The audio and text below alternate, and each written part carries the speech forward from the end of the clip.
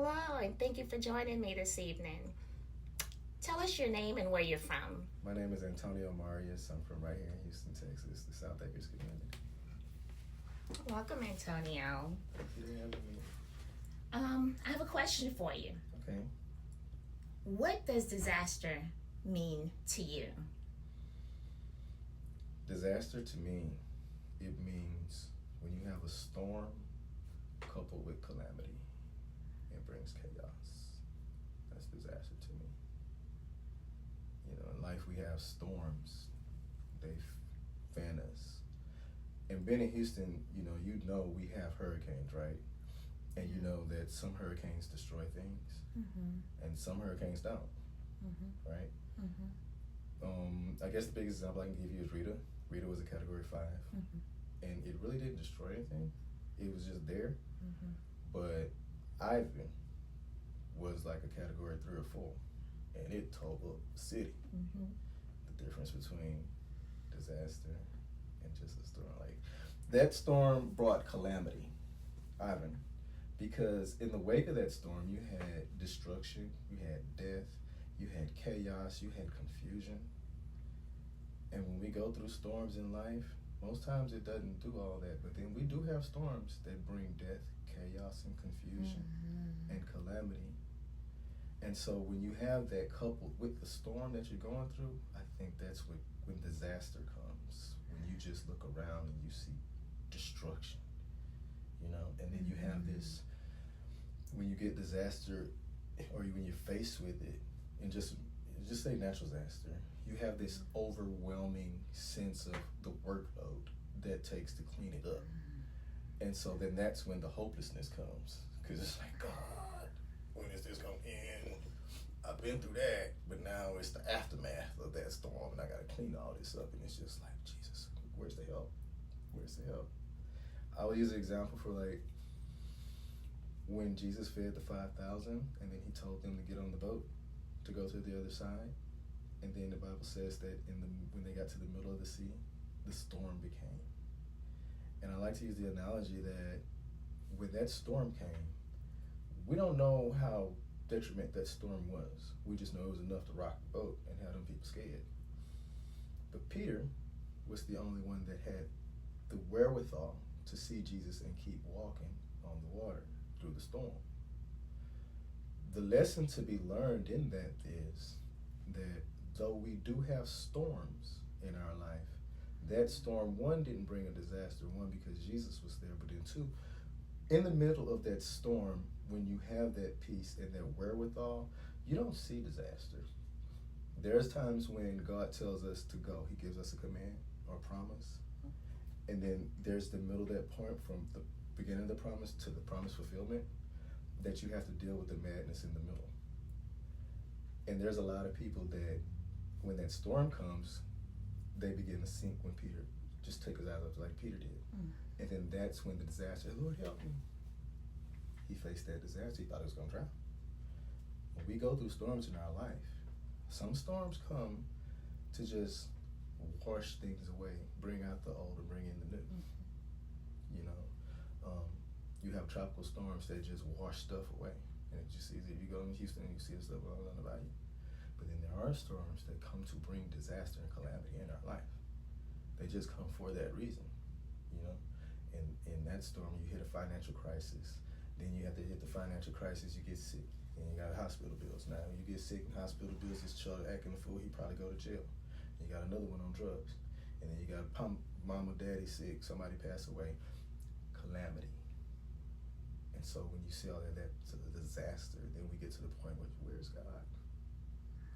You know, a lot of us ask those questions, where is God in the midst of it? Then we begin to question, well, God, are you really real? And we question the power of God because we just see disaster. We see death, we see destruction, we see chaos. And that overwhelming sense of like, how do I fix this? You know what I'm saying? That's when that hopelessness comes, and I think that's my truest definition of what disaster could be. It may not be, you know, whatever it was. Share one personal experience of a disaster in your life one personal experience. Um,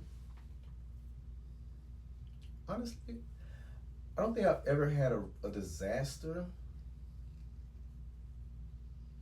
I can tell you,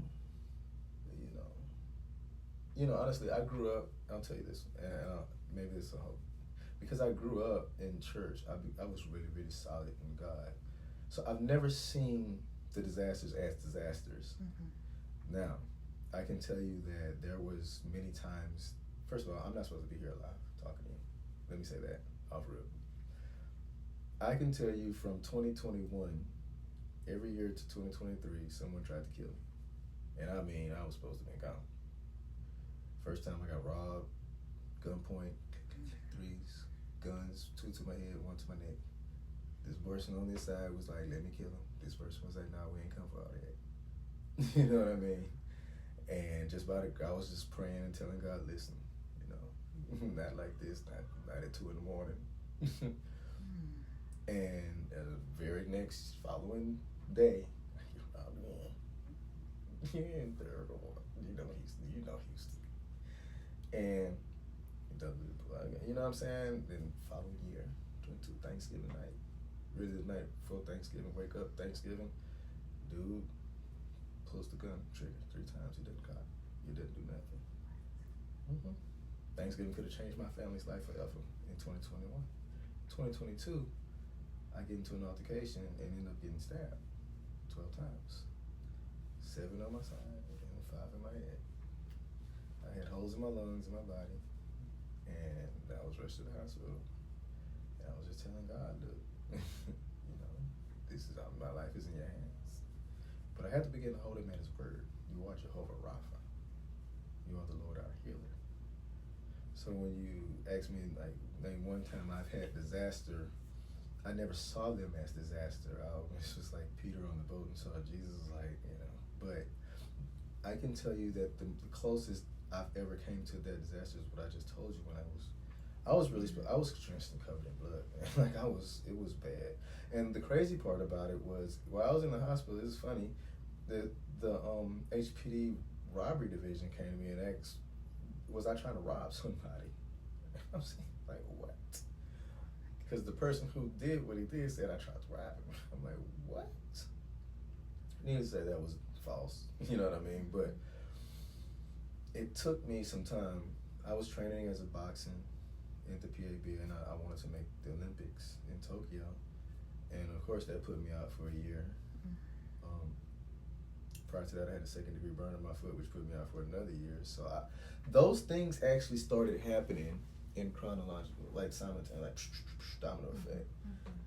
And there was some times when I was like, I'm getting punched in the gut, boom, kicked in the groin, hit in the head, like, God, what's going on? It was like after the other. And then that happened.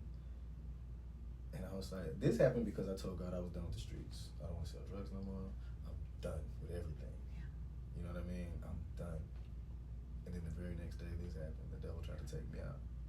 And so it took some time for me to recover, because during that recovery phase, that's when things started coming at me. All the attacks of the enemy. I mean, from one thing to the next.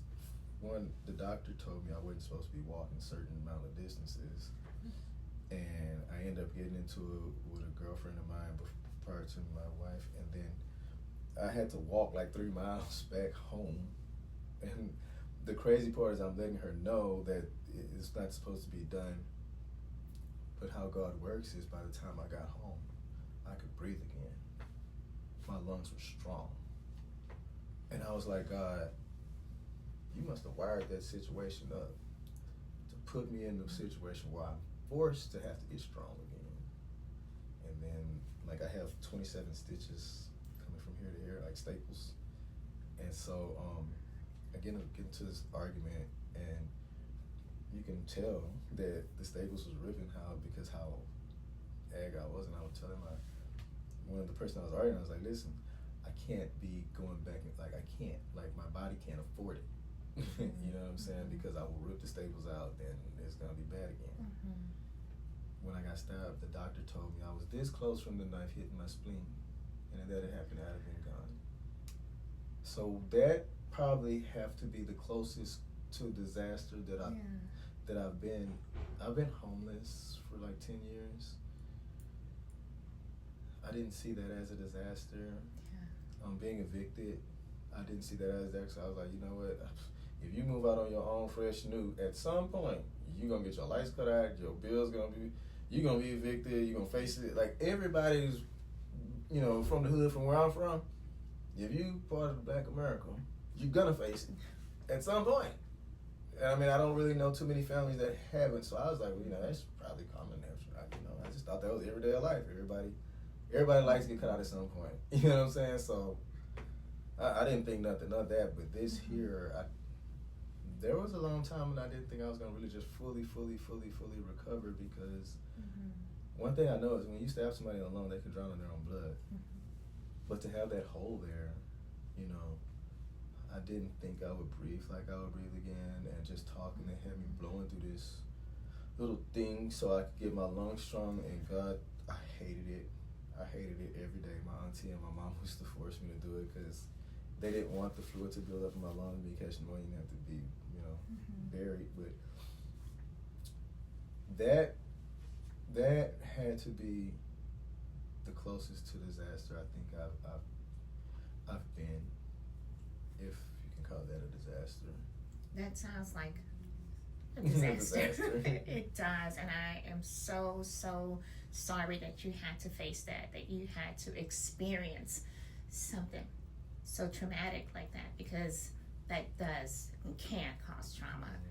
And I'm sorry you had to go through that. That's okay. What gave you hope? What gave you hope while you were going through that? Believe it or not, it may sound cliche, but Jesus. Like, honestly, I would hold God to his word. Lord, one, like, in the midst of that fight, I didn't think I was, he just kept stabbing me. You know what I'm saying? And so it got to a point where I was like, God, you says, your word says you are Jehovah Sabaoth, the Lord of hosts. The battle is yours. You do this for me. And why this man is still stabbing me? And I didn't know how, like, that, I had got leverage and got on top to where you see me still here. You know what I'm saying? That's right. So That's right. even when I was healing, I said, God, you are Jehovah Rapha. You're the Lord our healer. You said that you would heal me. And every day I was just like get stronger and worship and sing, and like just me being in the presence of God, and just like I said, like I got stabbed during the time I was done with the streets and I was homeless. So my uncle had me living with him for like that full year, and I was trying to get out. I was like, Lord, please, I'm on my own thing. I got to go. He like, man, God got you here to heal. That's why you're here. You know what I'm saying? And just heal. And so then that whole time, just being around them, being therapeutic, being around family again, because I hadn't been around my family in 20 years. Prior to that, they didn't know I was homeless. They didn't know I got there. They didn't know nothing. I wasn't going to tell them. So for 20 years, they didn't know nothing about me. You know what I'm saying? My mom did, my close brothers did, you know what I'm saying? But aside of that, nobody had seen me. I chose to stay away because they had made me mad. So, but it was a lot during that particular process at my aunt and uncle's house. Then I started, being around the family again, and love, just the genuine love of my family, and just there, seeing them respond, to me being back home in a way that I didn't think it could ever happen. That gave me a lot of hope. I got, back into the pulpit, and I preached at Easter Sunday, as a matter of fact, and I think I did that Christmas special, and I was like, okay, God, let's work this. You know what I'm saying? Let's do this. And so in the process of doing that, I started seeing how I was getting stronger. I started to get my hope back. I started to get my life back. The ministry that God gave me is built on 5 core principles: love, hope, grace, peace, and righteousness. But I had to single out one of those pillars, that hope pillar. And I said, okay, God, you got to do this. And so when he put me in that environment, that just You know, it gave me hope from being around Thanksgiving and Christmas. I hadn't been around them in 20 years, like no holidays. You know what I mean? It was just, I don't know. It was hope. It was just, I don't know I don't know the politically correct way to say it. You know what I'm saying? But it was just so hopeful. It just gave me so much hope to know that I could keep going, and this ain't the end. You know? That's right. It's not the end. It's just, it could really actually be the new beginning. You know? Starting over. Starting over. So that really gave me hope, just to rip that old page out and start fresh. You know, new chapter. I am so glad that you are here. I'm so glad that you overcame so many challenges. Thank you. And you are here. You are here to share your story with so many people that either are going through this or have been through this. So I appreciate you. I appreciate you. Thank you for having me. Thank you. So Thank much. you. Thank you. Thank you for being here with us tonight, and thank you for sharing your testimony. You're welcome. This is so much fun.